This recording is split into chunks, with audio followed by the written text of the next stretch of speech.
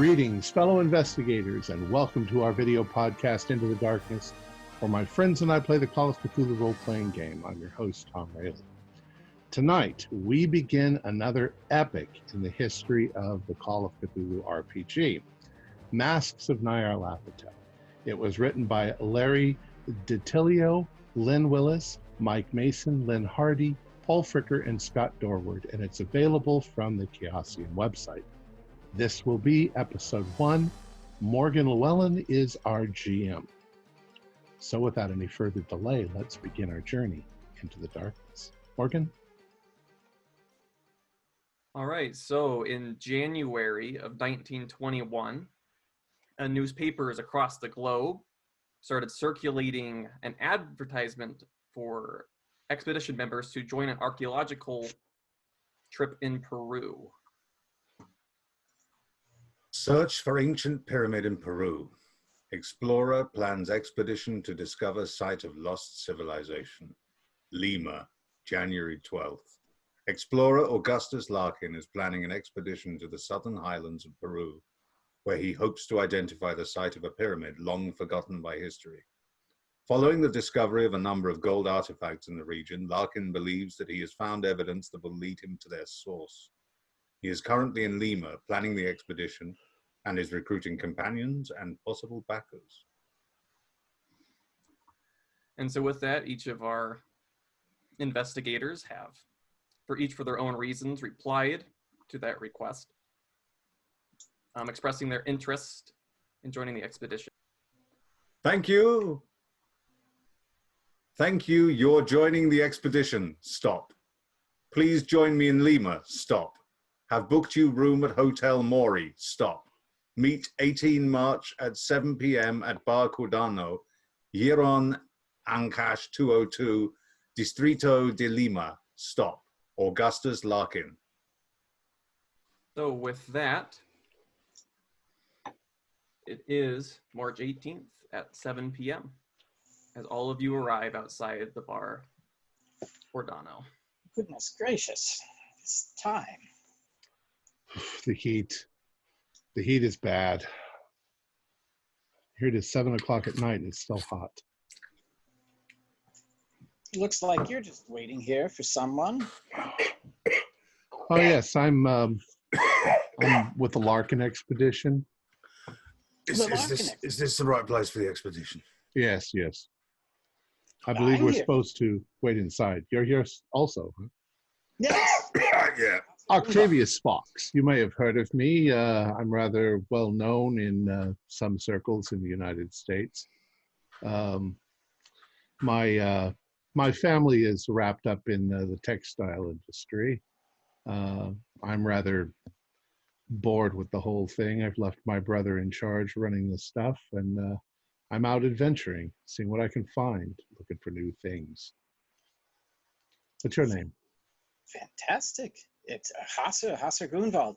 I work for the German magazine Zeitschrift für Okkultismus. It's run by Richard Berwald. And the magazine scours the world for legends of the occult and stories, all sorts of bizarre things. We usually debunk such nonsense, but on occasion, there's just something truly unusual to report on. Well, that's the way to go about it, isn't it? Exactly. Yeah. I was sent over to the New York office, and I've got a lead to come down here and join this expedition. So looks to be, it might prove to have some extraordinary findings. It's a pleasure to meet you. And you there? Oh, yeah, my name's Morris. Morris Mitchener. I've just come down from Iquitos. I've been working on a steamer up there. You're following the same ad? Yeah. I came over here just after the war, really. I was going to start a rubber plantation, but I got grifted. The land I bought was worthless. Oh, that's a shame. Load of rubbish, barren. So rubber's a big industry. Here's a couple of other guys. You guys also in the Larkin party? Did I hear Larkin party? Yeah. On your That's gentleman. what I'm here for. Name's Fred. Hey, Fred. What's your business, Fred? Well, I'm a linguist and anthropologist. Oh, that's certainly going to come in handy in South America. That's what Larkin said. Nice gun. You look like a detective. Me? I'm not a detective. No, I'm an assistant. I'm actually I'm here ahead of my mother joined the Larkin expedition, and I'm her assistant, but I've come ahead just to set things up for her. She's the leading history professor at Tulane University. Real, New Orleans. Yes, sir. Wow. I didn't know there was going to be a woman on this expedition. That's kind of dangerous, isn't it? My mother is a dangerous woman, sir. That's good. I like dangerous women. I'm sure you'll get along fine. Well, I'm thirsty as hell. Shall we go inside and get something to drink? Sounds Sounds like a good idea to me. I don't know what the drink of choice is here. It's probably not Scotch whiskey. Personally, at this altitude, I'd take water. Yeah, I think they make you drink cocoa water or chew on coca leaves here. Helps with the altitude sickness.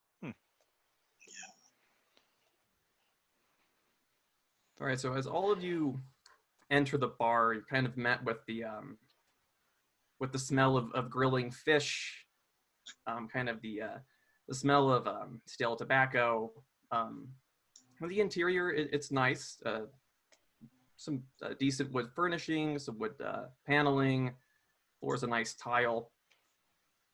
And as all of you enter, you are approached by a member of the staff that says, "Excuse me, are you the Larkin party?"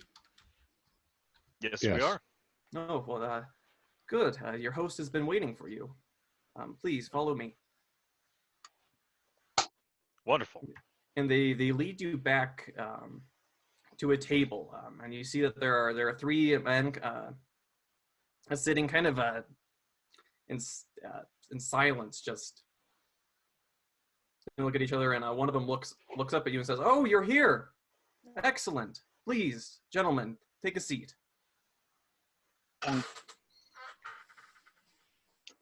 Octavius Fox. Yes, Augustus Larkin. Good to meet you in person. Yeah, finally. Can't wait to see what my money's going to do for you. Oh, yes. Well, I'm sure you'll be quite impressed when we're done with this. I believe we should expect a high return on investment. Return. Well, I'm really curious to see some of these artifacts you talked about. Yes, As am I. please. Please sit. All right. I mean, all of you sit down. A Larkin pulls up two artifacts and sets them down. One of them appears to be a pendant. Appears to depict a man holding two rods. It's all made out of gold. And the second one is a golden cup, just covered with geometric designs, inlaced with turquoise. I mean, he says, so while I was traveling in the highlands of around Puno, I came across an alpaca farmer. And he claims that his grandfather recovered these artifacts from these tunnels out in the jungle. His grandfather, of course, never returned there due to a local legend of a curse of all things. But he was willing to part with selling me these artifacts, and that set me on a trail of research that has led me to believe that there is some ruins to be found that are full. Well, we need to get to those before the More or less. locals do. Yeah. Oh, that's right. That's speed is key. Once word got out, definitely don't want anybody else making progress before we do. Kind of This curious. looks to- Go ahead. Oh, it just looks to predate the Incans. This does not look to be Incan. is it? Make an archaeology roll. I make one as well. Fail. Oh darn. I was kind of hoping we didn't have any archaeologists here because they just get in the way of taking this stuff. Anybody pass? I don't know that you can make that kind of judgment so quickly, but I mean, it looks a little different. It's gold. The Incas did a lot of gold stuff. I'm not sure what tribes were before that. The Moche, maybe? Yes. Well, whoever they were, they seem to have gold in abundance. Well, we need to get out there because every day wasted, they're going to be probably locals. If that guy told anybody else, they're going to be looking. This could, Exactly. The rumor Well, mill. Well, of course, people Right. will be looking after I sent out the ad in the papers. well, they didn't know Yes. exactly where you were going, but I mean, Lima, Peru is a big place. Ideally, the local legends will keep the population somewhat at bay. Have you seen if there's any other evidence? In other words, any other stuff showing up on the black market? No, I haven't seen anything in the way of artifacts. I did manage to find some documents, get some testimonies from the locals, but I've destroyed all of that. All Don't right, need well, anybody that's- else finding it. Yeah, that's good. Monsieur Larkin, is there anybody else working on this expedition other than the people that are here? Well, this is it. This is the team. Didn't have really time to gather anybody else to really make that first trip out there. I have hired a couple of trucks. They're going to be here on Monday. And we're going to be leaving here around 8 in the morning. And that would be on the 21st, being a Monday. Hopefully my And mother those- can arrive in time for that. Oh, yes. And I'm sorry. I didn't catch your name. Christopher LeBeau. Yeah, I came ahead of time. My mother, Jeanette, has joined the expedition, and I'm going to be her assistant for the... Right. She's I didn't see any mention of an assistant. And you see, he looks over to the man sitting next to him. He seems to be an older man. And he kind of just is looking almost rather aggressive. Almost Okay. kind of like leering down at you. Specifically at me? Yeah. Once they're... Okay. Well, fortunately, we should be able to support one more. Should it be a problem? Sorry, I thought she'd written ahead. I do Hey, apologize. no worries. Sorry, where are my manners? I should introduce. This is my associate, Luis de Mendoza. Gestures to the man sitting next to him. Mr. Mendoza. And we have Jesse Hughes, and he gestures to the other man who has so far remained silent. I mean, he's kind of looking over at all of you. He's smoking a pipe and very kind of casual. I'm sorry, what was Mr. Mendoza's first name? Luis. Luis. Luis.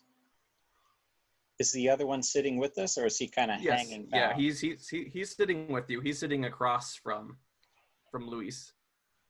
Okay. Oh, well, quite honestly, is there any way we can leave earlier? Because 3 days. Holy crap. Unfortunately, no. Takes time to gather the rest of the supplies. It's going to take us several days by trucks to get to Puno. And from there, we'll have to rent pack animals. It's going to be a several days hike through the jungle to get to where I believe the But site so rather is. than 3 days in a beautiful city like this, I'm sure we can find some way to entertain ourselves. Oh, yes, I am. I'm quite sure of that. I agree with you, Octavius, though. The time is ticking. And it's more than just this 3-day wait. For these rumors and these discoveries have preceded our invitation, I'm sure. Well, look, the the level of poverty here is fairly high, especially when you get out in the bush. And so finding chunks of gold in the ground that you can sell on the black market is the way some of these people would want to survive. So I mean, I don't blame them, but hell, we're going in there and stealing the shit too. So we just got nicer clothes. Maybe Well, I less wouldn't call it colorful stealing. clothes. Yes, exact. Thank you. Ah, Fred. come on. We're going into a foreign country and we're taking what we find. It's stealing. We don't need to mince words. Call it saving stuff for archaeology. Appropriating thing. for future generation. Yes, of course. Yeah. As you see, Larkin calls over. He calls over a waitress, and it's like, please. What people like to eat? I highly recommend the fish here. Ceviche. Ceviche sounds good. And Yeah. Ages since I've had good seafood. and a beer if you have. Bitter? Cerveza. Cerveza, por favor. Ja, ein Cerveza bitte.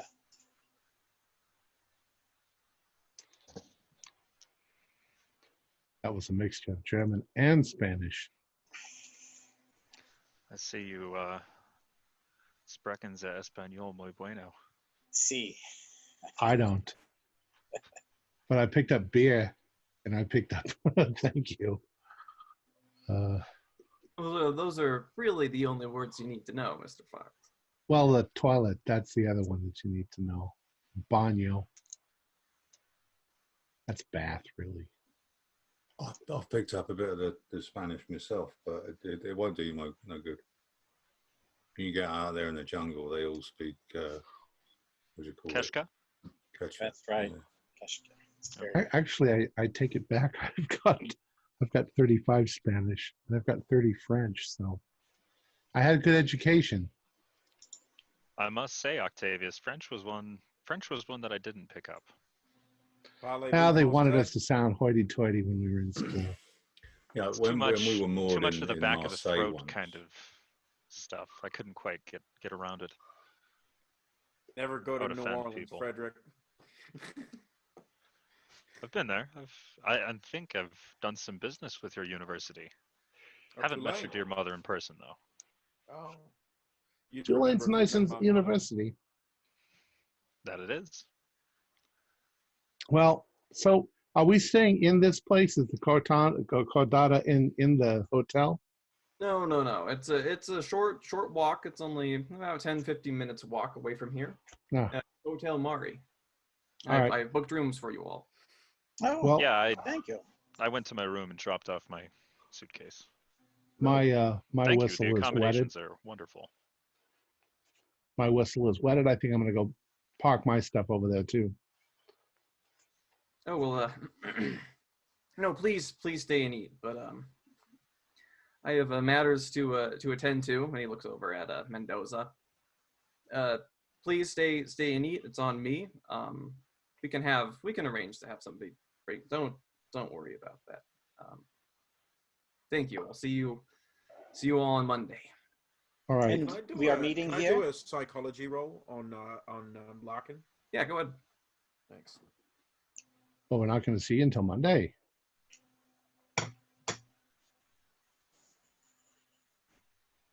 Regular pass.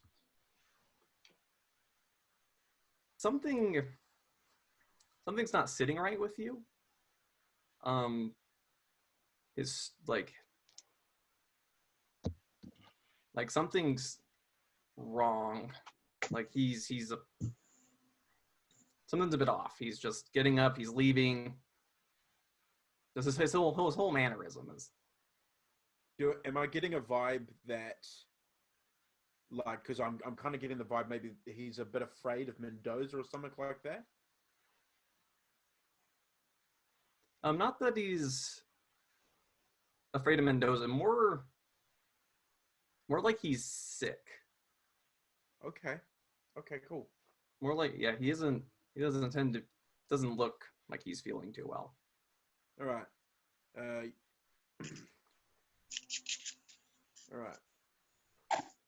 Yes. All right. Monday. At the hotel or here at the bar? At your hotel, yeah. All right. Are you staying at the hotel as well? No, I'm staying at the Hotel España. Me and Mendoza are. Unfortunately, the whole thing's booked, so I had to get you accommodations elsewhere. All right. Well, nice to meet you. We'll see you in a few days. Yeah, of course. Just take care. And he and Mendoza will leave. Suppose we're going to have to put together some gear that we didn't bring with us. Well, one thing we want to do, we need to buy a couple of big bags of coca leaves. Yeah. And some of that banana stuff they chew with it. Because I've been up on the Altiplano, mate, and that'll wreck your head. Oh yeah. Is Hughes still there? Hughes is still there, and you see that he's actually, as Larkin and Mendoza are getting up and leaving, he seems to be watching their progress, seeing when they're actually out of the building. Does he look nervous or like suspicious, or is he just kind of? Definitely suspicious. And now that you think about it, he was spending a lot of time kind of eyeing Mendoza. Okay. So, Mr. Hughes, what's your story? Yes, well, that depends. Do you mind if I buy all of you gentlemen a drink? Sure. Well, we're having cerveza. By the way, pal. Mind if I smoke? Yeah, I don't know why I would ask. Go for it. Oh. It's 1920. 21. Nobody cares. It's good for you. It fortifies your lungs. Makes them nice and rubbery. So listen, I've just got to ask you, gentlemen. Do you believe what he was telling you? Well, we got the artifacts right there. It's not unheard of. That there would be a pyramid buried in the jungle. Well, I think that I have on good authority that these artifacts aren't related. You see this gold cup here, that's from 15th century. Around the time of the kind of the fall of the Incas, when the conquistador showed up. But you see this one, and he points to the pendant, much older, different culture, different civilization. Well, now that is unusual. So I don't know why he wants to go up to Puno. I mean, he'd go up there, all that's up there is Lake Titicaca. It's just people on reed boats. That's all that's there. There's nothing there. So listen. If he pays the bills, though. My name isn't really Jesse Hughes. Is it Jack Hughes? Were you involved in the Dreyfus affair? No. My name is Jackson Elias. Look, Is that meant to mean something to us? Because probably not. But you see, I make a living studying death cults around the world. Death cults. Interesting. What do you mean study? You're an anthropologist? Hang on. No one said anything about death cults. I mean, I thought we were just going on an expedition for some nutter looking for a pyramid. Active death cults or extinct death cults? I've been mostly specializing these days in active death cults. Look, I believe that we're all headed into a very dangerous situation. Just how dangerous are you talking? I mean, when you say death cults, what do you mean? Like cannibals or something? Or, I mean, you could call the Catholic Church a death cult. They worship Jesus who died. No, I mean more of like the human sacrifice, murder type of death cult. You think that stuff still goes on? I've been up to Titicaca. There's an island, Tequila, in the middle. Mm-hmm. They all whisper to each other, except when they're singing and dancing. They're lovely people. Right, that's not necessarily who I'm talking about. Yeah, death cults don't stay out in the open. Now, I'm from New Orleans. Yeah, but I mean, death is kind of second nature there. Oh, trust me, the death cults are a very real thing. Now, I I heard mean, about down some. over in the now up in the jungles. There's tribes up in the jungles. They'll kill you as soon as look at you. But All right. I So, when you say that you are researching, what are you, like an anthropologist or what? Mostly an author. You're I a don't really writer. do it for a writer. Yes.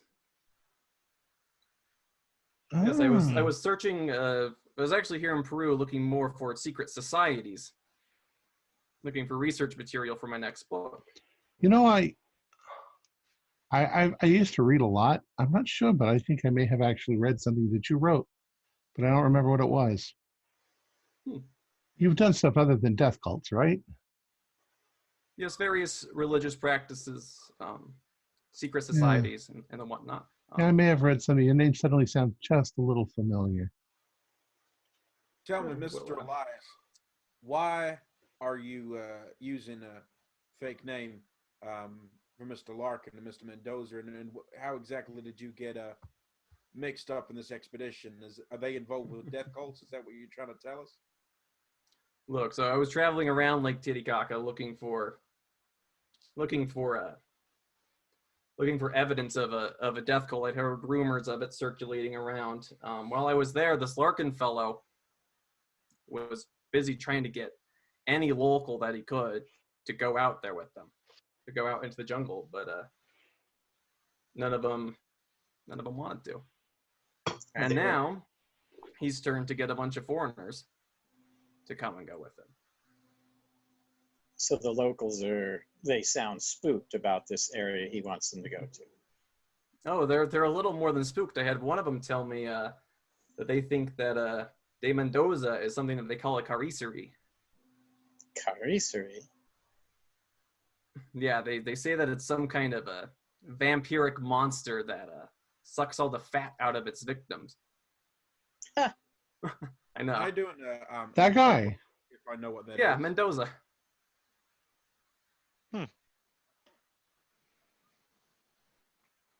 Yeah, but you know those rumors about the vampires, they started up around the time the conquistadors showed up. You know, it's all a bunch of hooey, if you ask me. So why exactly are you using a fake name then, Mr. Elias? Well, I was worried that if Larkin had been a reader of my text, he would get suspicious at my name and be worried that I was onto them. That's fair. I've run into similar. I work for a German magazine that studies occult and such things, and we debunk a lot of the hooey out there about it. So it's good to be undercover at times, so you can get the real scoop. So, Mr. Elias, are you thinking then that their motivation for taking us out into the middle of goddamn nowhere is so that they can suck our blood because they're vampires? Or No, there's been recent strings of disappearances in the area. De Mendoza and some other individuals are under suspicion, I believe, and I want to verify that they are Larkin and Mendoza are at the head of a very small cult, worshiping some kind of. These disappearances, are they all locals? For the most part. The most part. Most part. I mean, there's been a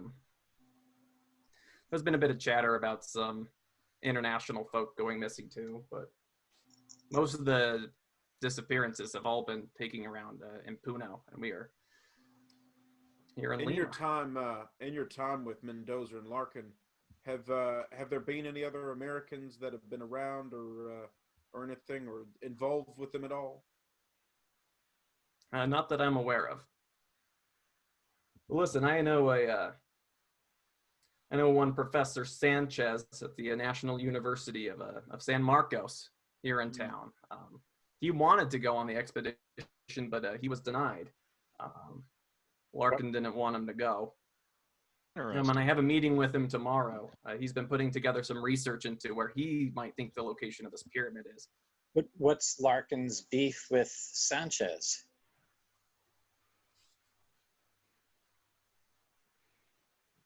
Well, Mr. Sanchez, his primary interest is he doesn't want the site being disturbed. You know, he would agree with Mr. Fox's assertion that taking artifacts from the site would be theft. So it sounds like this Sanchez guy has a good amount of knowledge of this site. So maybe would it be possible for us to meet with him? Oh, yes. Anyone who wants to come with me. Yes, I have a meeting tomorrow. Would you mind if some of us joined you? Oh, yes, of course. Well, what you're saying is quite intriguing. I think that at the very least, you've offered us a warning in case some tomfoolery is going on here. I definitely think that we should be prepared for some tomfoolery. Yep. More than likely. Yeah, I'd like to also meet with your professor. Yeah, we're not quite sure how this pyramid ties in exactly to Larkin and his activities, but I would sure like to find out. Oh. Well, you seem like a nice guy. We'll keep all this in mind. Are you also staying at the Cordano? The Hotel Murray. Oh yeah, that's the bar. Yes, The Hotel Murray. I'm staying there too. Only Larkin and Mendoza have rooms at the España. Would the bar have a phone that we're at? It might. It probably does. But it makes sense for it to. So yeah. If you excuse me, gentlemen, I need to make a phone call, and I'm going to get up and head over to the bar.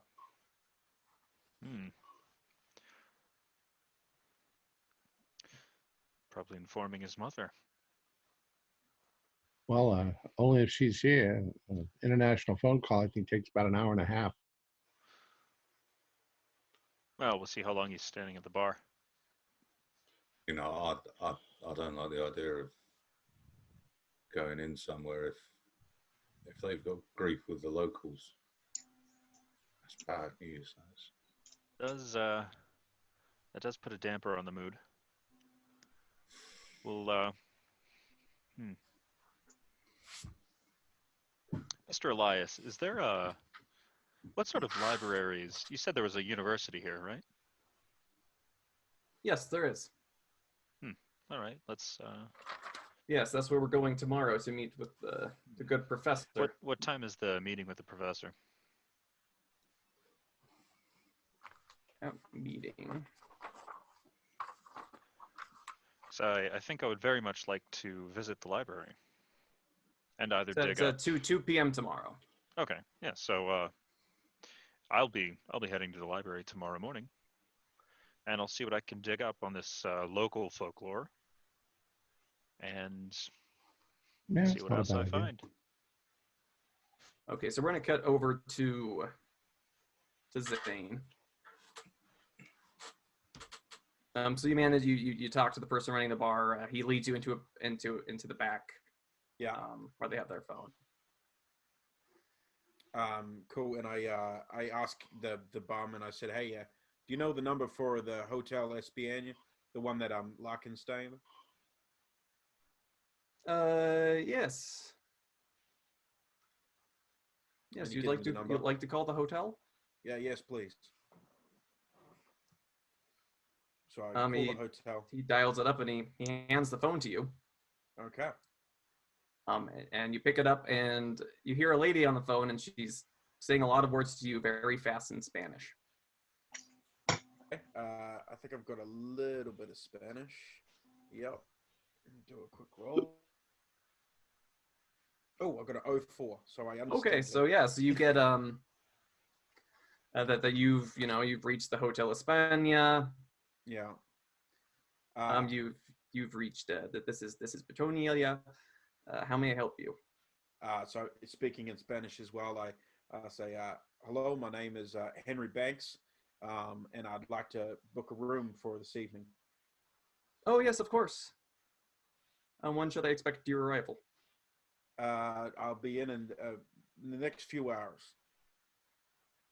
I have a few errands to do, and then I'll come in. That's on it. And excuse, I do have a few other members of my party. How exactly many rooms do you have available?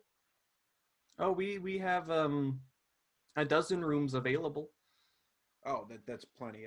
Thank you very much. Much appreciated. Yes, yes. And then I'll hang up, and I'll obviously walk back to the table. How's your mom? I wasn't calling my mother. Now, I don't like people lying to me. And in fact, I have a pretty good knack for telling when people are lying to me. And Mr. Larkin is lying through his teeth. Because the hotel he is staying at with Mr. Mendoza is not full. They have over a dozen rooms available. So why on earth is he putting us in a different hotel? You should have thought to ask if he was staying there. He might not even be staying there. You did ask him if he was staying at that No, hotel. ask the hotel if you could find out what room he's in. He might not even be there. Oh, I can find that out easily enough. I just wanted to check and see if he was telling the truth, and he was lying to us. So yeah. I'm on the back foot. And we're about to be rushing into the jungle with this gentleman. Well, Mr. Elias, your credibility is growing. I would say that your plot is thickening. Yes, this is shaping up to be quite something. What, Mr. Elias, Jackson, is it? Yes. What's your take on Larkin's compatriots? Are they? Well, I've only seen Larkin and Mendoza, but I mean, I've been watching him for a few days while I've been here, and Mendoza, something off about that man. He's the one that somebody was stirring a rumor that he was. Oh yes, that he's a fat sucking vampiric monster. It sounds like my lawyer. He did seem a rather severe fellow. Yes, quite. Good luck trying to get him to say a word to you. Really? Is he mute? No, he is. He has very brief conversations with Larkin. Terse. Man of very few words. You know, Jesus, I hate to say it, but now that I think back on that January message that was in the newspaper, if you were really concerned about finding a lost civilization with gold out in the middle of the jungle, you wouldn't advertise it in the newspaper. Right, man. As I said, the local refused to go. Gentlemen, can I trust you to keep some information to yourselves? Certainly. I'm not an assistant to my mother is a professor at Tulane University, but she's not on her way. I've used her position at the university as a cover. I'm a private investigator. I knew it the second I saw you. Very astute, Mr. Fox. I have been hired by a lady by the name of Charlotte Clements to track down her sister who's gone missing. Last known whereabouts of Ruth was in the employ of Mr. Larkin. Oh. Interesting.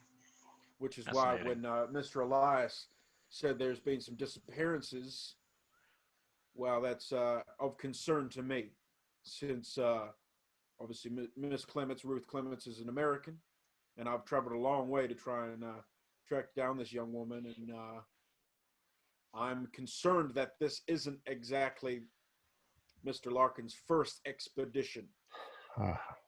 He may have already sent a few other people down a trap. You know, the thing is that I don't much appreciate traveling all this direction to have been deceived. On the other hand, I'm deeply intrigued about what the hell's going on here. So, True. Well, you shouldn't be too disappointed. As I'm sure Professor Sanchez will tell us tomorrow, he believes that that pyramid and all that gold is still out there.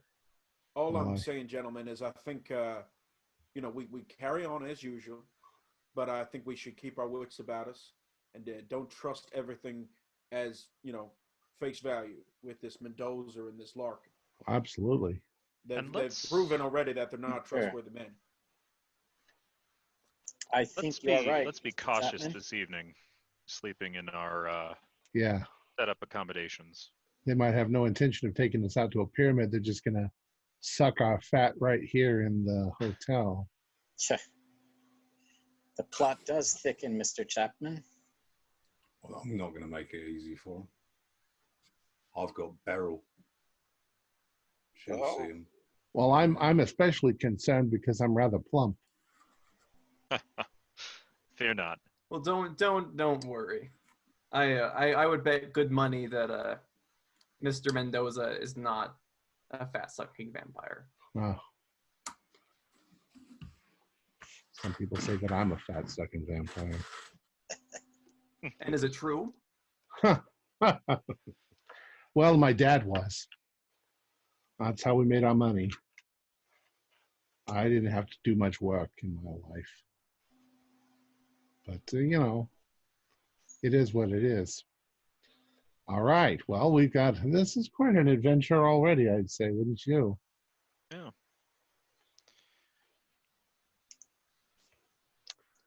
This should be entertaining, at least. I think we need to watch each other's backs. Agreed. We should. Hopefully our rooms are adjacent to one another.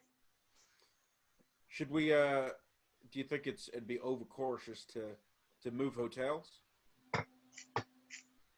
They would know where we are. This is, it's a good-sized town. I mean, it may tip them off, unfortunately, that we're onto them if we change hotels. And yes, I would be surprised if they made it. I'd be surprised if they decided to make a move to try to kill us all so soon. Would anyone like to come with me to their hotel to? No, we're all they booked us rooms all in the same hotel. No, to their hotel to do. Yes, the Hotel Espinosa. I would like to go. Right, Gronwell, you come with me and we'll do a little bit of recon. Excellent, Christopher. Levez bouton roulé. Well, I would advise you gentlemen to be very careful. We will be. I'm going to head up to my room and freshen up. I'm sweating like a pig. Okay. Christopher, I'm going to take advantage of the free food. The fish is quite good. You haven't eaten it already? My God. Before heading out, I grab my satchel and go to the restroom very briefly. Ein Moment, Mr. LeBeau. I'll be right back.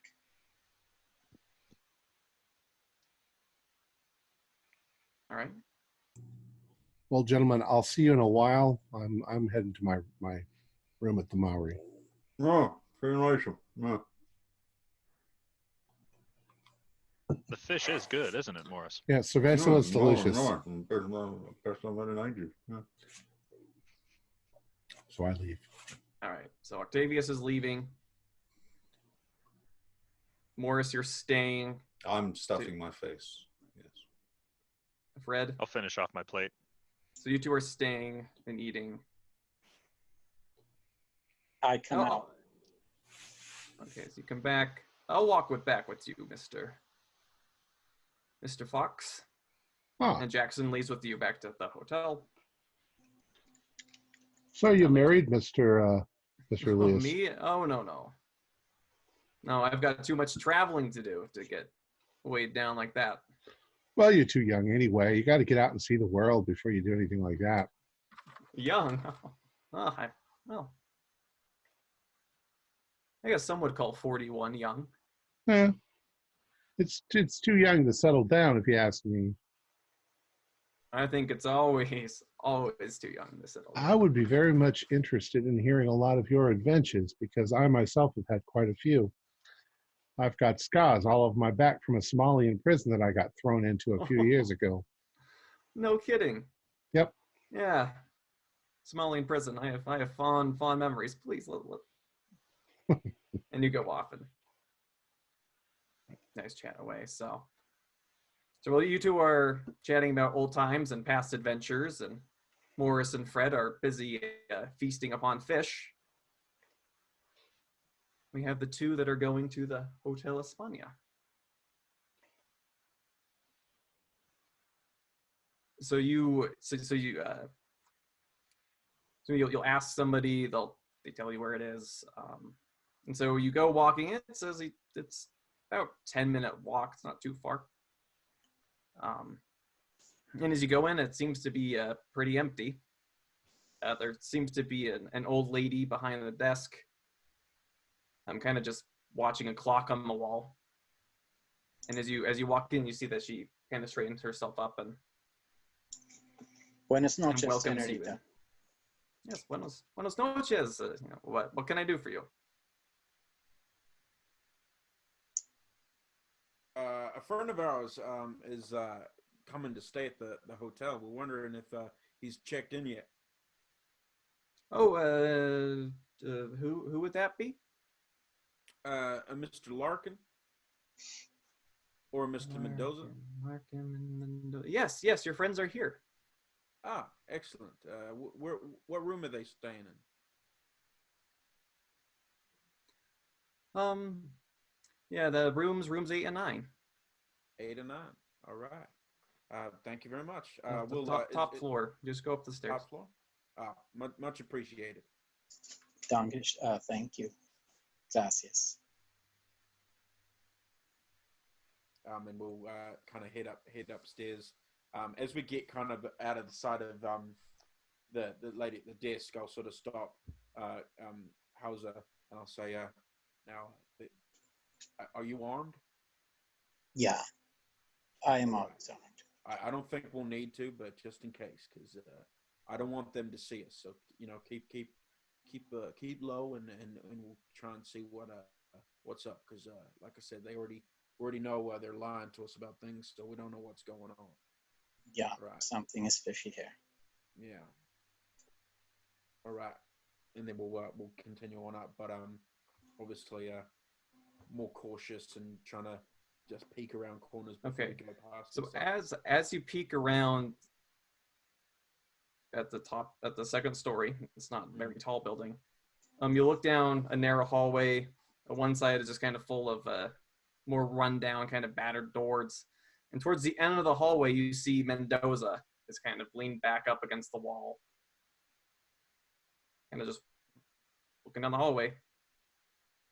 He's just standing in the hallway. He's just up against the far end of the hall, just watching. Has he seen us? Doesn't appear to. If he has, he hasn't reacted. Okay. I'd step back a little, kind of fade into the corner. Lebeau.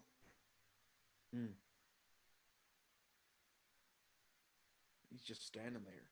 Yeah, it's like he's on guard. Yeah, that's what It's I was almost thinking. like is Larkin's bodyguard. Yeah. Why would Larkin need a bodyguard? Did you notice Larkin at dinner? He seemed ill, like he seemed unwell. Something was a little bit off, but I didn't notice too much. As you're thinking back to it, Christopher, can you make a medical roll? Make a medical roll, yeah. Right. That is, I only have one, so no, it's a fail. Okay. I couldn't make a medical roll by any chance, but I got a little bit of a medical history. No, I don't. Never mind.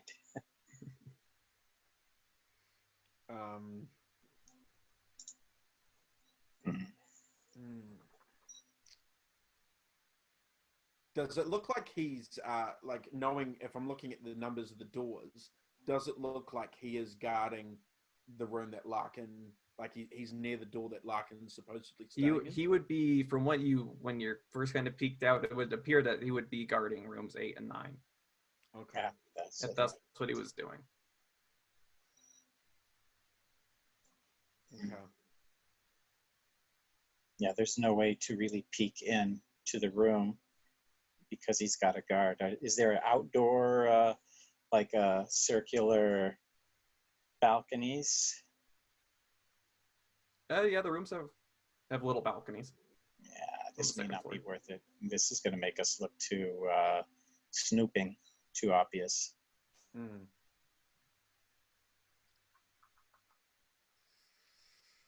Okay. Well, what do we think? Do we go and go talk to him, or do we head back and report to the others? Yeah, we head back. I mean, there's nothing really we can press here, so he doesn't want to be around us. That's not really. We haven't caught them red-handed doing anything extremely bizarre. Well, I don't know about that, but yeah, I think you're right. Let's not show our hand just yet. Let's head back to the hotel and make sure the others are okay. Yeah. And yeah, we'll go from there. So we'll head back down. With you. So you two are heading. Are you heading back to the hotel, your hotel, or are you heading back to the bar? Yeah. Hotel. Hotel. Yeah.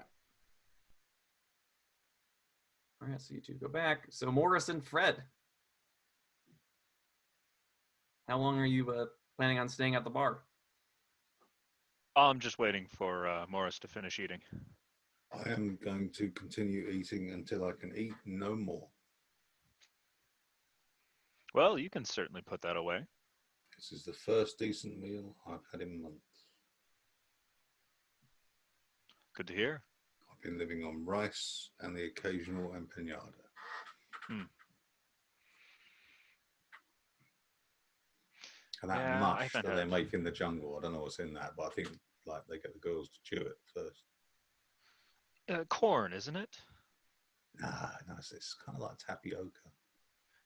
Well, yeah, but it's like they take the corn and then something in their saliva ferments it or something and makes it more Yeah. edible. It's a bit like I personally sago. haven't partaken, but it was a very interesting topic in one of my anthropology courses.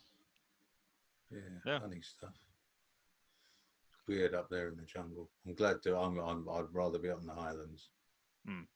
Rather up on the Altiplano. Don't mind going up there. I do prefer higher elevations. It's not so much the heat getting to me; it's the humidity. Oh, it's all the weird animals I don't like. You ever seen an anaconda? No. Horrible. Surprisingly few anacondas in New Mexico. Horrible bloody things. Massive they are. Horrible. They wait there, biding their time. And then when you least expect it, they strike. I mean, sometimes they miss and they hit their head on a tree or something. They're horrible bloody things anyway. Let's not talk about them. Can both of you make a spot hidden test for me? Jose, my skipper, reckons he saw a spider once that was 5 foot wide. Oh, I despise spiders. And speaking of snakes, at least rattlesnakes have well, they're nice enough to let you know that you're close before they get you. I'm sorry, what were we rolling? That's a fail. Spot hidden. Spot hidden. I am zeroed in on all the fish going down this man's gullet.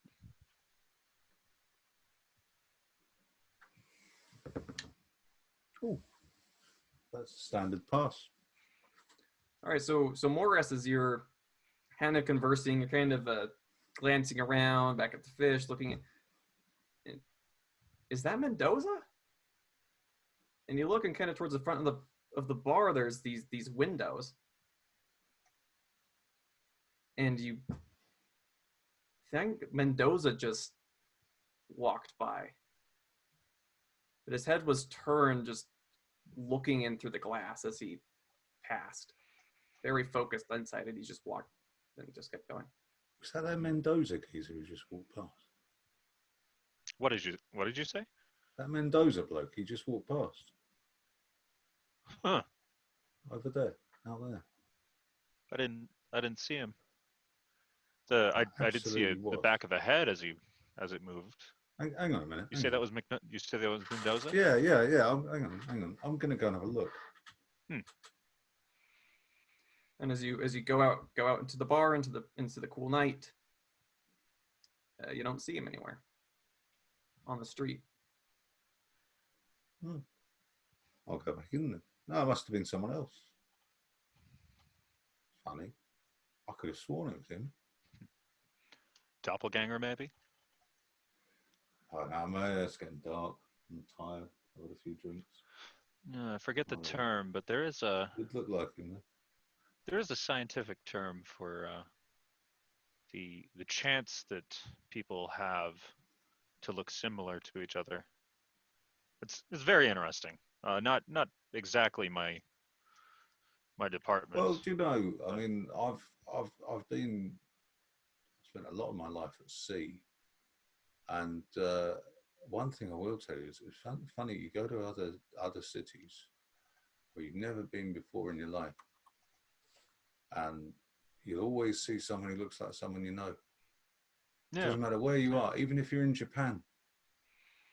I was in Japan. I was in Okinawa, and had a couple of days shore leave in Okinawa, and in this little island it is, just off the end of Japan, and I saw a bloke there who looked like someone I knew from Ilford. Ilford. Cabby he was Really? from Ilford, and he looked exactly like him. He was Japanese, but he looked like that bloke from Ilford. All right, so as Very you strange. It was all the time. Very strange. just continue on through the night, however long you spend there, assume that you'll eventually wander your way back to the hotel. Yes. Oh, let's see. I don't remember what number my room was. I'll have to talk with the front desk. We don't have room keys.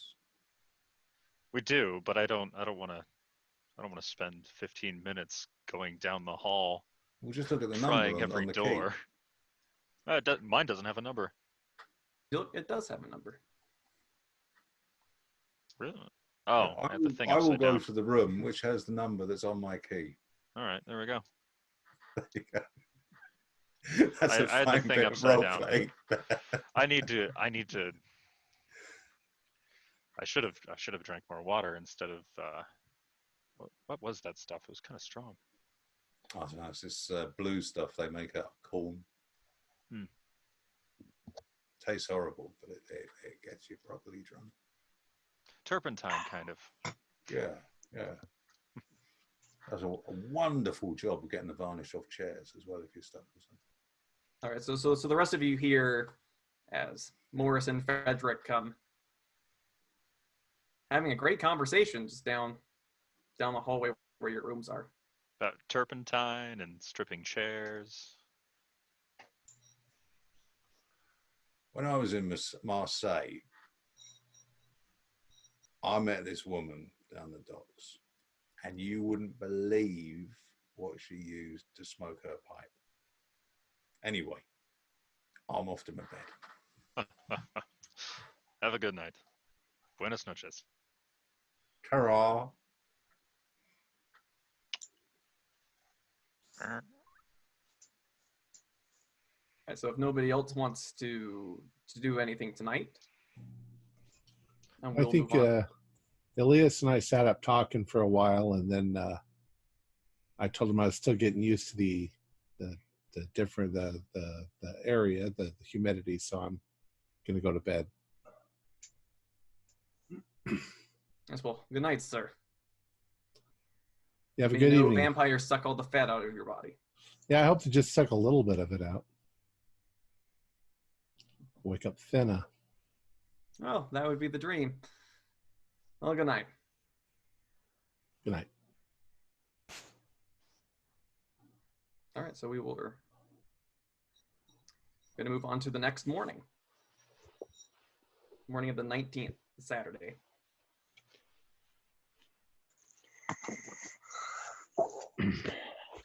So you have your meeting at 2 at the university. Would anybody like to do anything before that? The library. Going to the Cedric. library. Good call. I'll go with you. Would I know where Ruth was staying when she was in Lima? No. Okay. The only information I have that she was here and she was with Larkin. Yep. Okay. Do I have a photo of her? Did Yes. Okay, Charlotte gave me a photo. Okay, cool. Yeah, I might go to like some like local. I like when we go to they're going to the university. I might go find some students and show the photo and ask if they've seen her around. Okay. Yeah. I'll go with you. Okay. My Spanish is pretty good. This could come in handy. Hey, Mr. LeBeau. Yes, Mr. Fox. After you told us that, you said that she was Larkin's assistant. Well, she was involved with Larkin. Well, from what Charlotte, my employer, said was there was potentially some romantic relationship involvement as well. Well, seemed to me then, wouldn't she have stayed in the same place that he was? It's possible. Got to check the hotel staff. Maybe they've seen her. Possible. It is possible, but at the moment he's playing off the fact that this is the first expedition and the first time he's brought people over. So I don't know. I'm Well, good luck to you. I hope you find her. much appreciated. I do too. All right, guys. I'll go with you to the library. I like books. They make good Oh, books are decorations. delightful.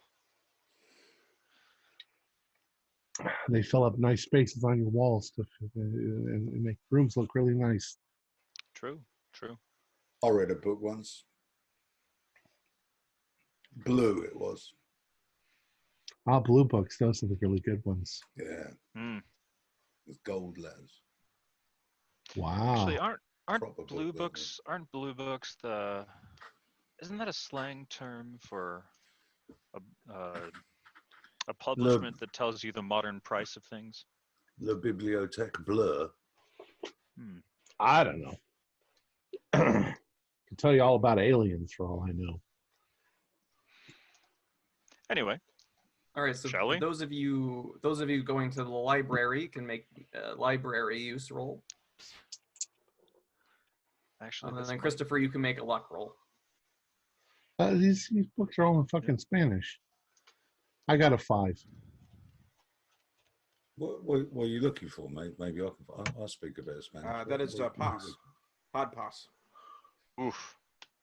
Yep, hard pass. I actually got a 5 and I didn't, and I just got a hard pass.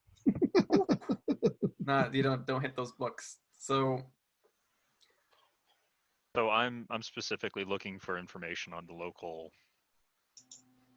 legends, such and so, rumors of a gold city, gold temple, all okay, that good fun. so you definitely going through the indexes, you definitely find that type of material, but when you go to look for it, it's all been checked out.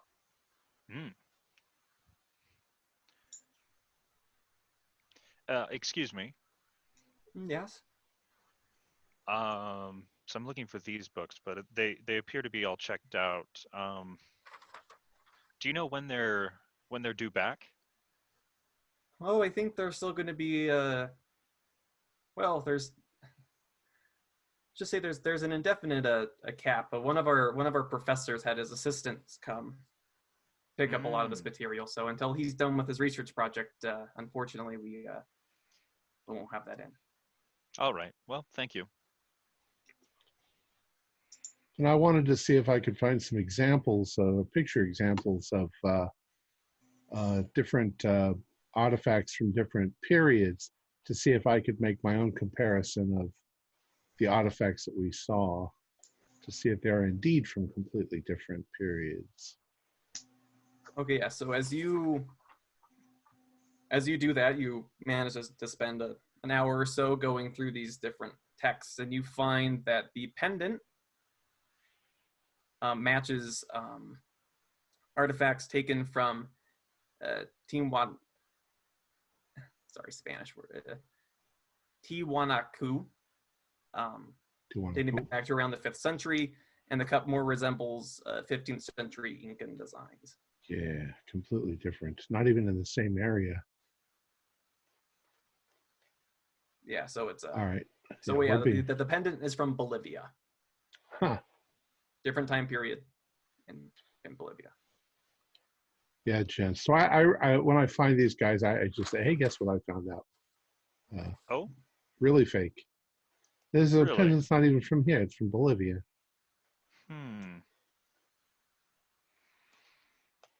Interesting. Yeah. So I'm wondering. Now there could be all kinds of things hidden out there in Bolivia. But did you find a reference for the cup? yeah, the cup is 15th century. That's practically modern by comparison. Yeah. 1,000 years different between them. Yeah, they didn't come from the same pyramid. Definitely not. All right, so we'll turn back over to Christopher and his luck roll. You managed as you're showing the picture around. One of the students kind of says, "Well, I think I remember seeing her at a couple of, maybe I saw her at a party. I don't know. That would have been last semester. I'm sorry, I don't know her name." That's all right. Whereabouts where the party would have been? Any idea? Yeah, sorry, I don't remember. No worries. Last semester, that would have been a few months back now. Yeah, definitely. Yeah, last semester. So, fall, or it's not. Yeah, it says the what would be in the northern hemisphere fall semester. Right. Well, thanks for your help. I appreciate it. Christopher, do you have another picture of her? I could help scour around, or at least we should go to the hotel as well and see if the staff has seen her. Well, I just have the one, but at least we now know she was definitely here. Someone recognized her, but yeah, I don't know if I can confront Larkin with it just yet. But perhaps we should go meet up with the others, and before we go to the hotel, we'll go see this professor. Yeah, that's at 2 p.m., so we got a little time. We can meet up. I'm sure they're still researching at the library, or the biblioteca, I should say. Yeah. All right, so we'll I guess kill a bit more time, show the photo around a bit more, just to see if we can get any more bites, and then we'll meet up with the others at the meeting. All right. Is there a local newspaper? Maybe I could pick up a newspaper, just see if there's any, skim it for any missing people or any unusual recent stories. Yeah, you definitely do that, but nothing local turns up. Okay.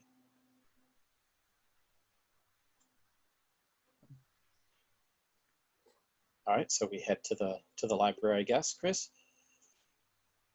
So actually, all the books. Is there any Sorry. No. Go ahead. Is there any like, I guess, more local, like not people at university, but kind of local kids playing in the street or anything like that? like street urchins? Yeah, there's plenty of kids running around. Can I gesture to one of them to come over?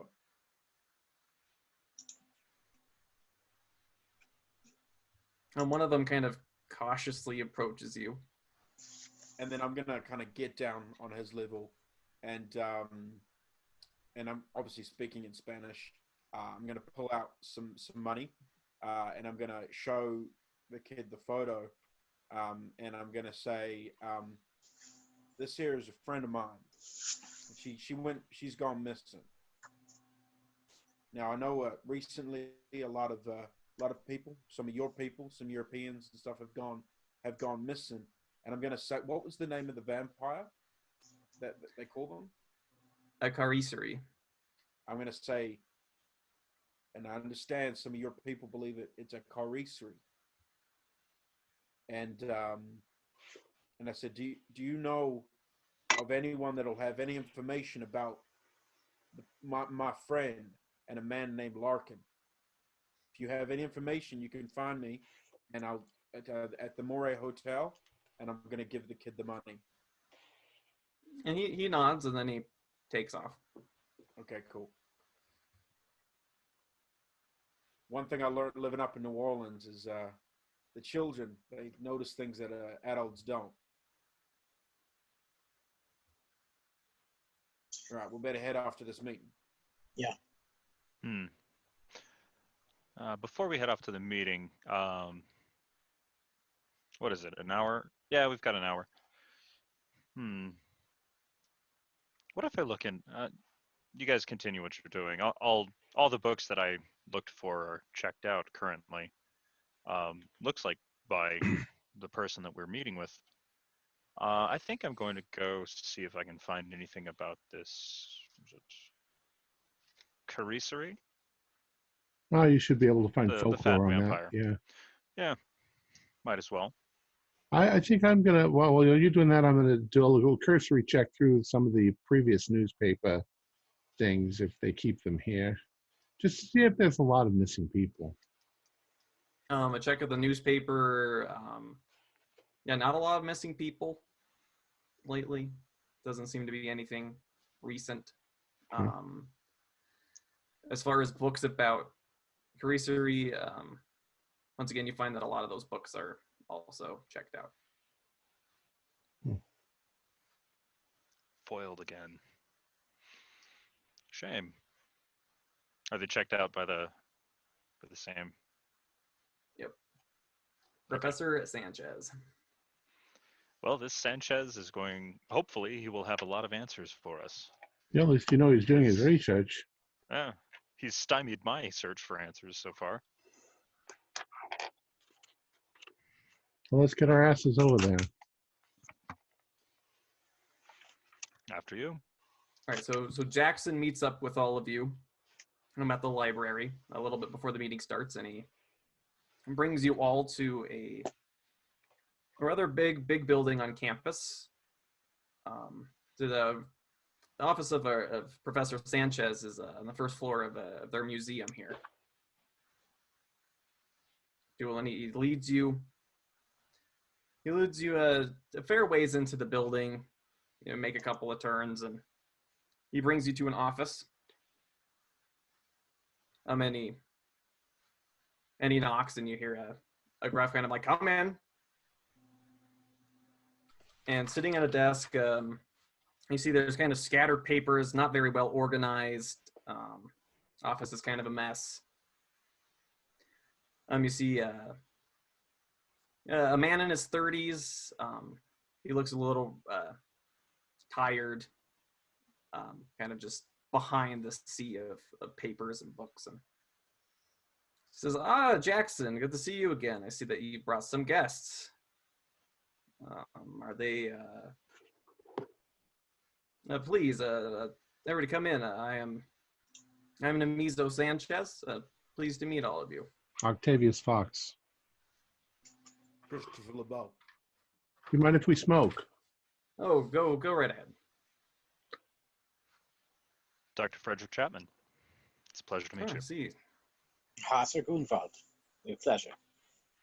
Guten Morgen. Buenos dias. Mr. Elias here has been telling us some of these crazy stories about the fat-sucking vampires, and we have to admit there's some weird stuff going on. He's trying to get you to buy into his vampire. No, listen. Look, from what I can tell, Miss Larkin intends to loot the whole site. You know, this is the history of my people. It belongs here. You know, and I've expressed to him great interest multiple times that would love to make this discovery along with him, but he's refused, and he's a grave robber. That's what he is. Well, have you considered launching your own expedition? Oh, yes. As you can see, I've been quite busy. I've been trying to dig up everything that I can. I think I have a good idea about where this pyramid is, and I want to get there first. Well, be perfectly straightforward with you. Larkin's not due to leave until Monday. Yeah, so we just have to make sure that we're fully prepared. I have one of my assistants, a young girl named Rizo. She's been doing some research for me. She's been summarizing a document from the vast collection of our library. She's found a mid-16th century piece written by a conquistador that seems to be very promising. She should be with us shortly. She's gone down to gather a couple of artifacts from the basement that she thinks will be quite useful. Interesting. Would you like some assistance? I can go down and help her if she needs some help carrying Oh, something. no, if you want, it's just if you go down the hall here, take the second left, and then it will be the big stairwell on your right. All right. Grunwald, would you like to assist? Sure. I'll put myself to use. All right. We'll go help the assistant. Well, before you guys walk out the door, Yeah? look, I'm one of the backers on this. I've got money. I don't like, if it was so urgent, I'm kind of with Sanchez here. I didn't like the idea of waiting so long if there's really a pyramid out there. We could launch our own expedition before Larkin's, whatever the hell that is. Larkin's expedition consists of primarily us. What's Right. to say we don't And he said simply, 3 trucks. 3 trucks. we could go on his mission, but ultimately make sure the pieces don't leave the country. Well, we could do that, but I'm not sure I trust that there is a mission that we think there is, I because so agree. far I think those artifacts of Professor Sanchez, you might know those. You showed us a couple of artifacts claiming that they're from this dig or this pyramid, but one of them's 5th century, one of them's 15th century. They're 1,000 years apart. There's no way they're from the same dig. Yes. Jackson was telling me all about these artifacts. He was showing them by Larkin a little earlier, but after that, they kind of got the wheels turning. And I love chasing down some good research, but I do think from what Rizo's put together, that there is a pyramid out there. Well, in any case, I think that maybe we should get there first. I think I'm with you. Well, I'll go and help me and Grunwald will go help the assistant. We'll be back in a moment. All right. Octavius, if this isn't too personal of a question, money being a sensitive topic, what percentage of the expedition are you funding? Well, you see, I didn't really know all of what was involved until I got here. I could probably fund, quite honestly, hadn't completely asked me what I would be involved in, but that raises even more concerns. Because if Larkin doesn't actually intend to have a serious archaeological expedition, you might be a coin purse. Well, yeah, I guess I kind of believe because I was told there were artifacts. Now that I've seen the artifacts, I'm far more skeptical. And I'm not skeptical. I think it's a bunch of bullshit. But if Professor Sanchez here thinks that there really is something out there, then I mean I could probably scrape. I don't know what it's going to cost to scrape together a couple of trucks or whatever we need to get out there. That would take a bit of research. Well, it's Lima. We could probably we're just not going to settle for our army trucks or something. We'll probably settle for some farmers' trucks.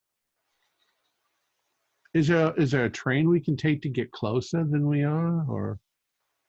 That's only going to add more to the journey. The rail lines don't go too well into the jungle.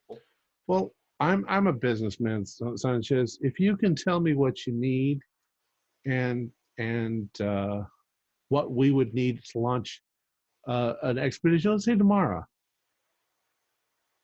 Oh, you see, it's like, well, I haven't gotten that far as far as provisions. We'll see what we can put together. I gotta get an inventory and. Yeah, I can work with you on that. I think that we should seriously consider doing that. I'm not particularly fond of the idea of racing another expedition. In order to do archaeology properly, it takes time. Well, I'll tell you something. Sabotage wouldn't be too out of the question. When in my younger days, I did some things that were not so admirable. I was sent here to South America at one point to look for exotic orchids to bring them back to England. And quite honestly, the business of looking for orchids was pretty cutthroat. People would kill you for the orchids you found. People slash and burn the entire forest area to keep other people from getting to the orchids. So I'm kind of used to that sort of thing. I think that if we could get there first, I'm not sure, even if it was a legitimate dig, I'm not sure that I wouldn't be here right now suggesting that we go out there first and get there and get what we can. Granted, Professor, it's a matter of practicality. If we don't get out there first, somebody else will, and they'll dig it all up. Yes, and they'll sell them on the black market. You make a fair point. In the meantime, as you were talking about that, we're going to cut back to Christopher and Hauser going into the storeroom.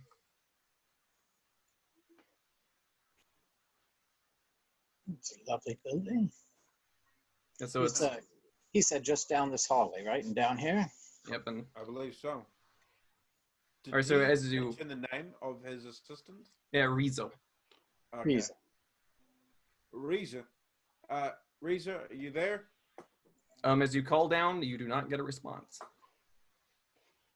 I got a bad feeling, Hauser. Oh, she might just be preoccupied working with stuff down there. I open the door, proceed down. All right, so as you go down, you barely have any light. Huh. There's just a very thin trickle of what you would assume to be dim lights hanging from the ceiling of the storage room, and they don't really illuminate the stairs very much. A light switch near the entrance? It's on.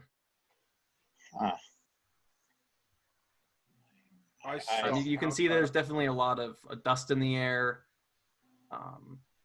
I stopped Hauser. Can I do I kind of want to, I guess to be a spot hidden, and possibly a listen. I just want to kind of see if I can sense movement or anyone else in the room. Okay, make a listen roll. Make a listen roll. Okay. That is a, hang on, 67. It's probably not gonna. Is it possible? Can I spend some luck? Sure. Okay, I'm gonna spend the 7 luck. Yeah, as you listen, you think you might hear the faint sounds of like footsteps, as if somebody's very slowly going upstairs.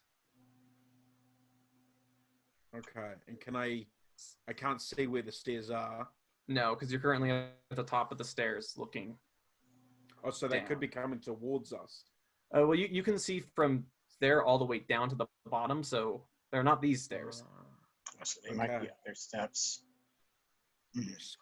But it doesn't sound like somebody with like a purpose, you know, like that clump. It kind of sounds like just very faintly like a footstep, and then a footstep. Hauser, there's someone else in here. Yeah. I guess I'm gonna stealthily move down our steps and try and follow after the noise I heard. Okay, make a stealth roll. Okay. Oh yes, that is a 25, which is a hard pass. All right. So as you creep down the stairs and you come into the storage room, it's decently sized. It kind of goes off to your left and right. There's kind of these sparse shelves that go floor to ceiling, just stacked full of boxes. And you look, there seems to be kind of in a few rows to your right a disturbance. You see that the shelves, it appears that a lot of the boxes have fallen. There's shattered crates about on the floor, artifacts of various types scattered everywhere, and no noise. Can I see stairs anywhere? You're looking around. You can see a stairwell kind of across, but then you start to smell just this terrible odor. Oh, it's like blood. It's got that kind of that metallic kind of. Okay. Am I seeing Christopher do anything unusual, or just stop in his tracks down the stairs? Yeah, you guys see him stop. I pulled my gun out.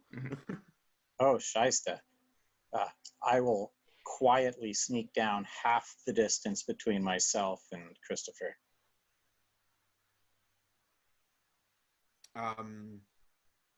So the wreckage, like all the knockdown boxes and everything are one way, and then the stairs are the other way. Is that correct? No, the stairs are in the same way. Okay, I'm gonna look back at Hauser in the dark and try and be like, I'm gonna watch my back. And then I'm gonna kind of make my way through towards the boxes, but I'm going very slowly. I'm like watching where I put my feet. I don't want to make too much noise and that sort of stuff. Okay, so as you creep forward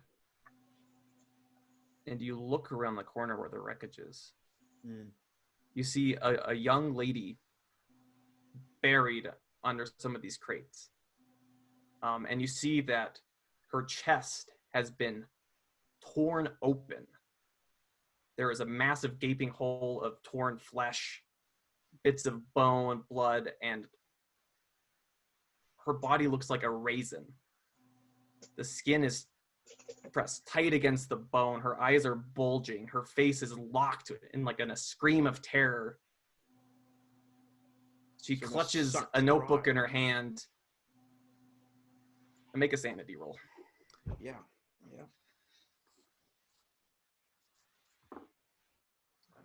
59, which is a pass. All right, so you don't lose anything. I've seen some pretty crazy stuff in New Orleans. I'm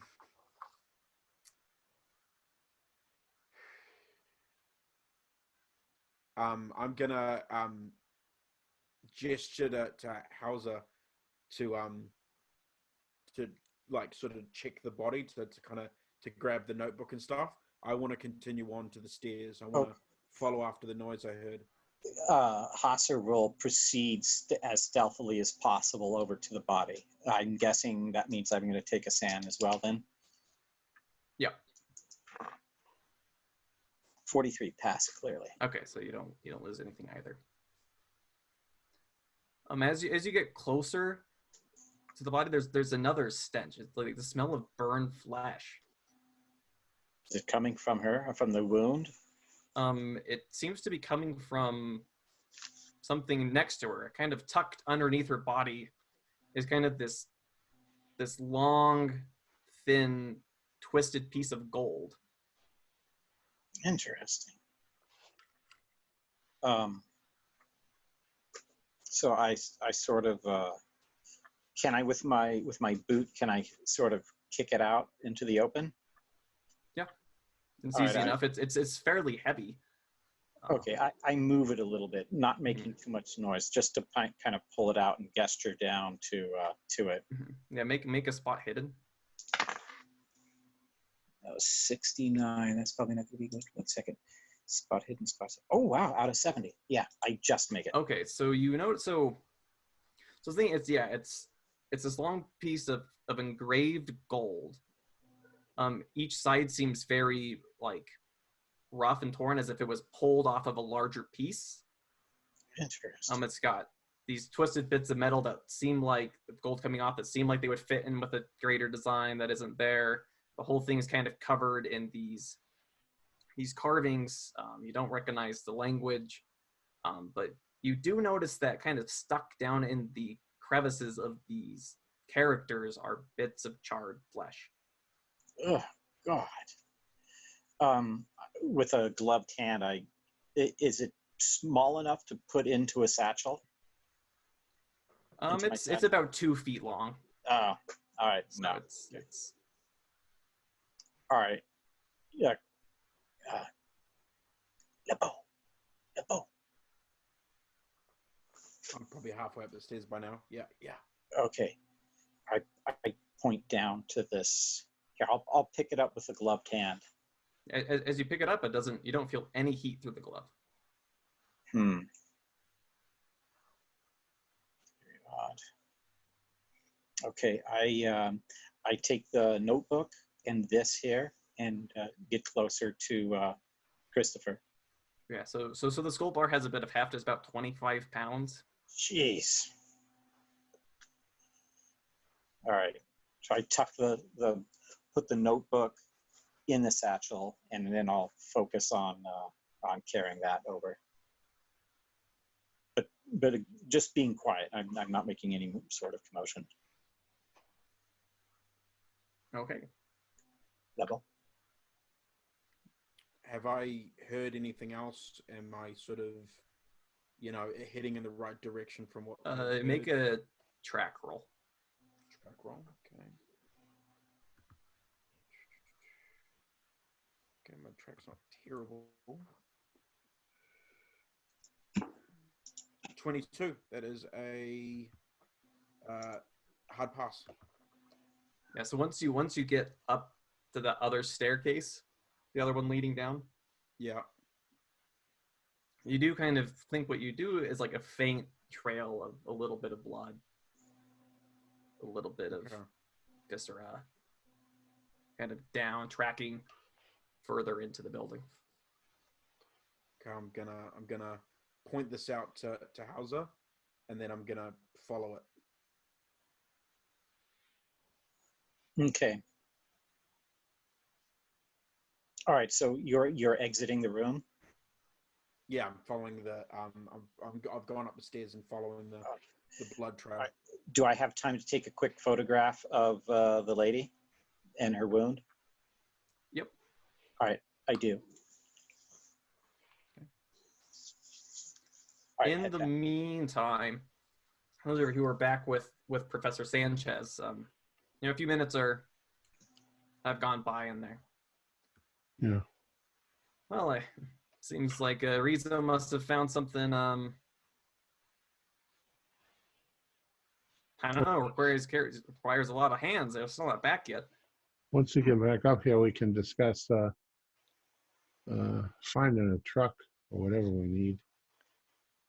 I don't know why we need 3 trucks anyway. Well, they're Yeah, just planning on looting the site. Yeah, Well, things I mean, quick- it's handy to have extra stuff. Yeah, a quick looting operation would require substantial logistic train. Yeah. And as you guys are talking, your conversation is interrupted by a blood-piercing scream. Christopher and Officer, you hear this too. What the hell was that?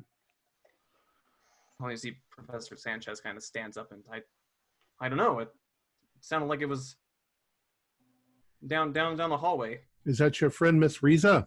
I don't know. Gentlemen, let's go find out. Yep. So you Right, see that well. Jackson produces a revolver from his coat. I do too. I should have brought Susan.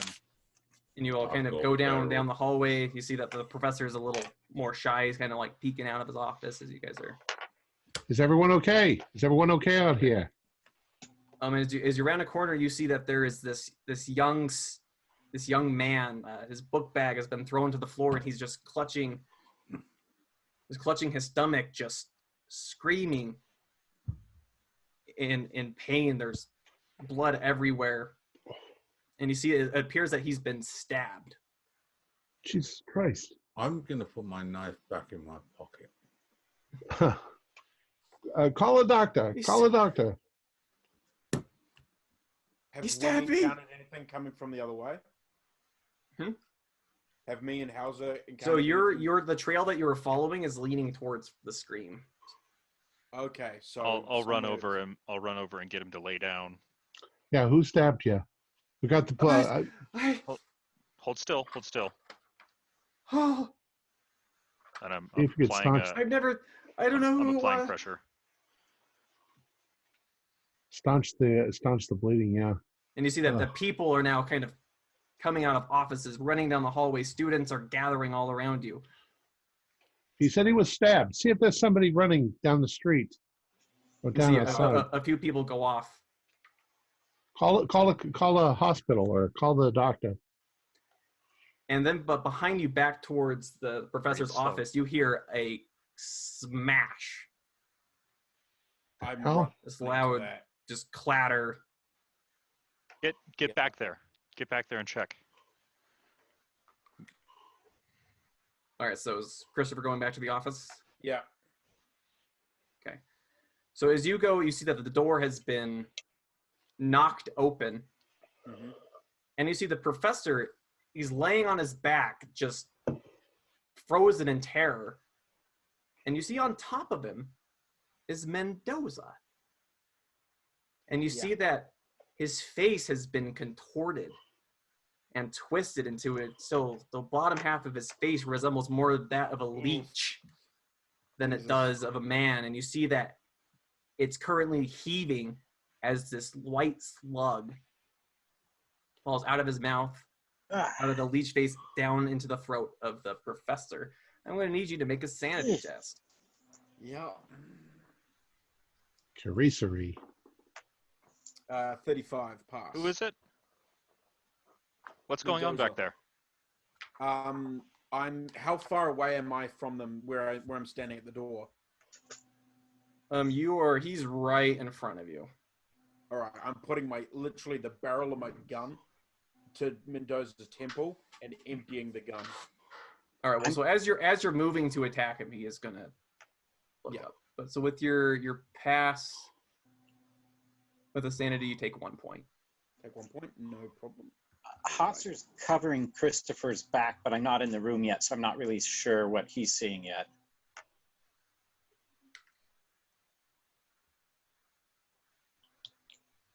So as you're gonna thrust the gun at him, he's gonna kind of lurch up as the professor is now as he's trying to throw up, but he can't. He's just writhing on the ground. He's gonna go to try to scramble with you for your gun. Okay. So that's going to be opposing rolls. Are you gonna try to dodge or are you gonna try to fight back? I'm going to try and fight back, definitely. So is it a firearm for me? Yeah. See if you can shoot him before he gets Okay. hold of you. I got a 46, which is a regular pass. Okay, he got a 14, which for him is it's a hard pass. So he's going to kind of wrench your gun aside and is going to now trying to tackle you to the ground. Okay. But the gun went off, right? So we all hear the gun. Yeah, so now off. you hear a gunshot. Okay. The fuck? The second I have a chance, since I'm behind Christopher but outside the room, I will step in. Yes. Okay, and now you see the professor writhing around. You see Mendoza with his leech face just bearing down on Christopher. So you can make a sand check. Ooh, pass it clearly. Okay, so you just lose the 1 point. Use the one. All right, 1 second.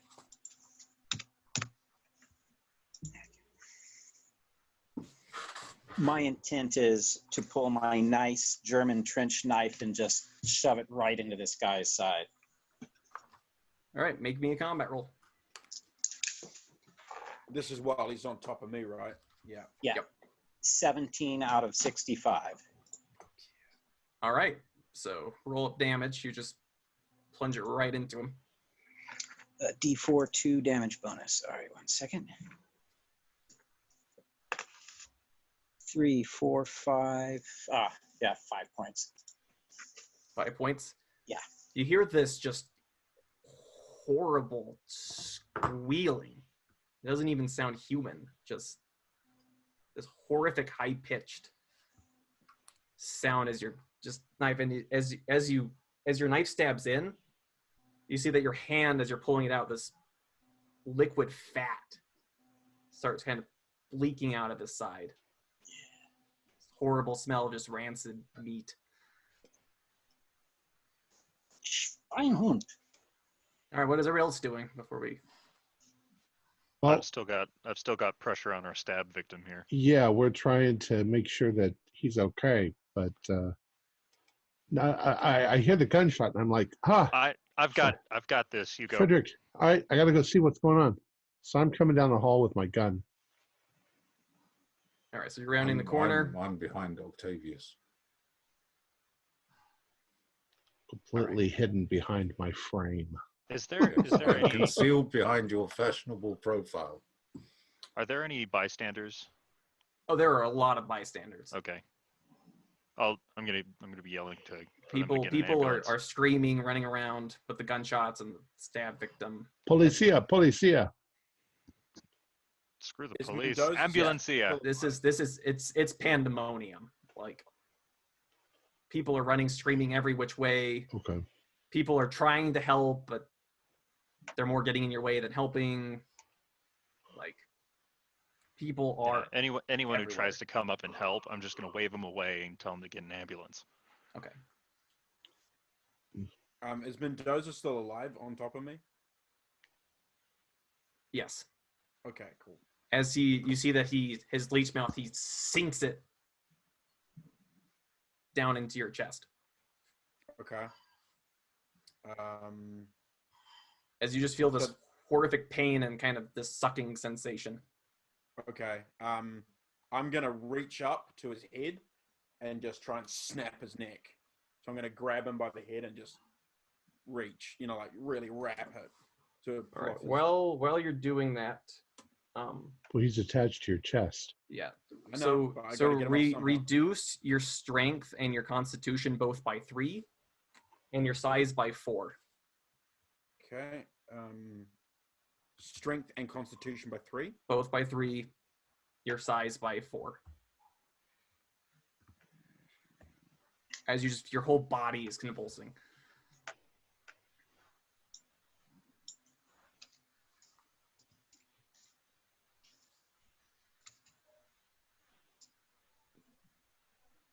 And then you can make your fight roll.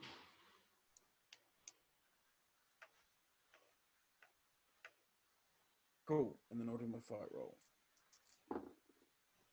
which is an 02. Wow. So you definitely just grab him by the neck and you just force him off of you. Yeah. And now, yeah, your clothes are all bloody and torn. You just this bloody mess. Mm-hmm. Hurts like hell. Yep. So I'm assuming I take. Do I just take the strength thing, or do I take damage? You're just lost the strength, the constitution, and the size. Okay, cool. All right. All right, so we are now on to Hauser. What are you doing? That thing that Christopher just pushed off. Does it look like it's still got anything left in it? Oh, it looks like it's still kicking.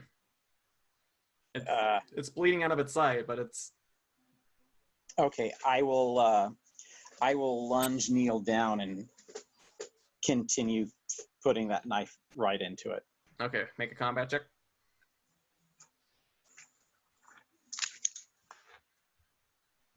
Oh, damn. Just missed. All right, yeah. So it kind of clambers off to the side and kind of gets up to his feet. I'll do my best to roll away from it and stand Okay. up myself. All right. So now, Octavius and Morris, as you guys are approaching the office, you see Mendoza kind of barreling out of the office, covered in blood, and just from his leech mouth, just the drippings of what used to be attached to Christopher. Can I And kind of turns attempt? towards you. I had my gun out, so can I attempt to level it and fire right into him as he's coming at me? You can make a sand check first. Okay. Oh. And then That's fine. Got a 59. What is my sanity? I have passed. 65. I passed. Okay, so you both lose 0. Or you both Right. lose, sorry, you both lose the 1 point. 1 point. And then I fire my gun. I got a 20 out of 60, so that's a hod. All right, roll your damage. It's a Colt. 1d10 plus 2. Whoop. 9 plus 2, 11. All right, so your bullet just hits its center mass, and this fat just pops out of it, front and back, Christ. out of the wound. Once again, it howls, Bloody hell. and it's still running. But it didn't get knocked back at all? Nope, you see, it's trying to run past you. It doesn't seem to be interested. Okay. Well, we're practically in the door jam, so I'm not going to get out of its way, but I'm going to pummel it if it tries to go past me. I was going to say much the same thing. If it tries to go past me, I'm going to clothesline it. Okay, if both of you want to make a fighting brawls to interfere with it as it tries to move past you. That's unarmed fighting brawl. I got a 58 out of 55. Can I use some luck? Yeah. I Right. got a 13, which I think is a hard. Yes, it is. Oh yeah, so both of you, as it runs past it, you just Knock it throw flat on the Mendoza ground. to the ground. Yeah. Can we Do yell I need for? to roll for damage on that, or are we just treating it as a maneuver? You can roll your damage. Yeah. Okay. Oh, here's my damage. 3 plus 1d4. Oh, If I look over my shoulder, what do Holy I shit. see? 9. There you go. Very Yeah. nearly max damage, and I did get max damage bonus. Hold on. 2 plus. I can't get damn dice. I'm a big lad. Are you looking over your Missionary shoulder? X. You don't see anything, Fred. You just see. Okay. I did 3 points of damage. Okay. You just see Jackson kind of covering you, Yeah, just Fred, think with his gun out, looking around. So as As Octavius, as you kind of like stall him, Morris just suckers him right in the face as he falls backwards and just cracks his head against the tile floor. And you see that you just see this pool of fat and viscera just pull out from his head and it stops moving. Gosh. Jesus Christ. Fat sucker, fat sucker. I go to Sanchez. Any signs of life? You see something bulging in his throat, slowly moving down this way. Oh, as he's just writhing on the ground, just freaking out. Oh God! If there's something in his throat, we've got to get it out. Any of you, a doctor? I don't want to. Can you perform an emergency tracheotomy? He needs something. His throat needs to be cut to remove it, but we can't hit the jugular. I'm not qualified for this. Yeah, and you see this thing like pulse up and move. You can make a sanity check for watching this thing crawl around under his skin. Oh no, fail. So you're gonna lose 1d2. Oh, this is unfair. I would have made it had I not lost the 1 point from before. Get something and restrain him. Tie him up before whatever it is takes over. All right, so you can make a first aid roll, trying to get it out. All right, we're close to that. I'm going to look for something to tie him up with, even if it's like a fire hose or anything really.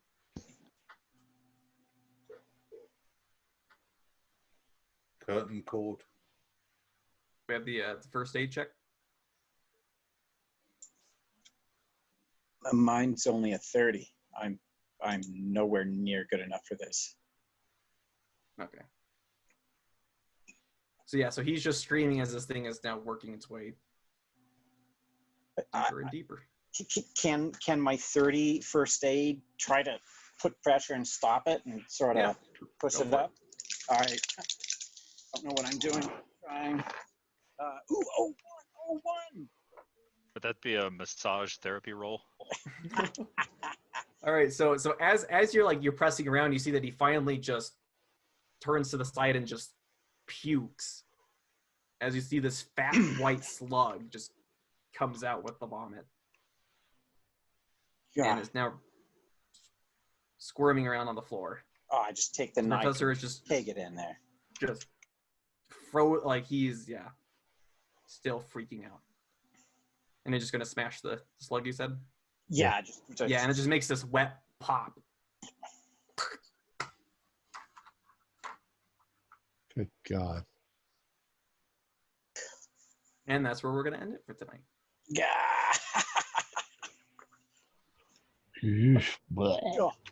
Gross. Well, Christopher, you look a lot thinner. Our players included Zane Fleming, Brian Daly, Nick Swan, Stuart Lively, and myself with Morgan Llewellyn as the keeper of the secrets.